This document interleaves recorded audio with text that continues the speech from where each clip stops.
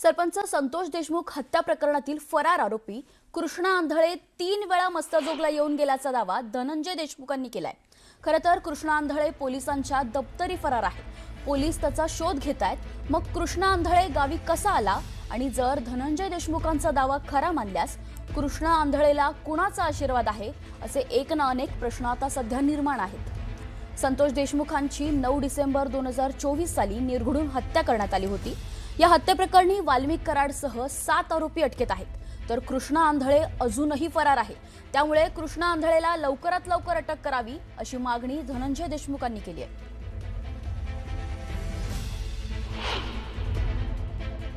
3 वेळेस हा आरोपी गावाकडे येऊन गेला, 3 वेळेस, आणि ही माहिती खरी होती आणि त्यांनी देखील मान्य केलं की हा आरोपी तिथे आलेला होता।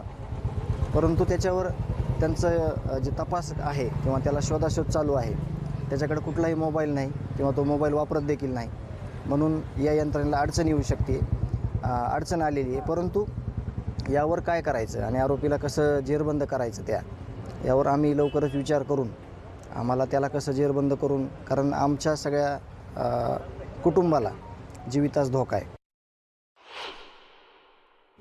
मसाजोगमध्ये ते गंभीर बाब आहे, त्याच्यावरती तर एक गृहमंत्र्याला कळवलं लागलं की जर एक कुख्यात गुंड ते आरोपी फरार झाला, तो जर मसाजोगमध्ये येऊन गेला असेल तरी गंभीर बाब आहे, त्या कुटुंबाला धोका आहे।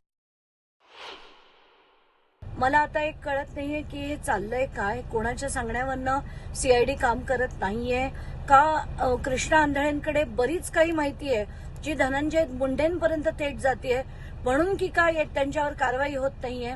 आता याचं स्पष्टीकरण खरं तर मुख्यमंत्र्यांना देणं गरजेचं आहे की यांच्यावर कारवाई व्हायला किंवा महाराष्ट्र पोलिसांना एका आरोपीला पकडायला किती वेळ लागतो।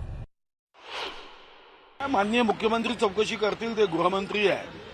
शेवटी या राज्यात शेवटच्या व्यक्तीलाही सुरक्षा देण्याची जबाबदारी गृह विभागाला आहे। या संदर्भामध्ये जी काही तक्रार नोंदवली गेली असेल त्यावर आधारित चौकशी केली जाईल आणि अशी धमकी दिली जात असेल तर त्याला व्यसनी घातलं जाईल धमकी देणाऱ्याला।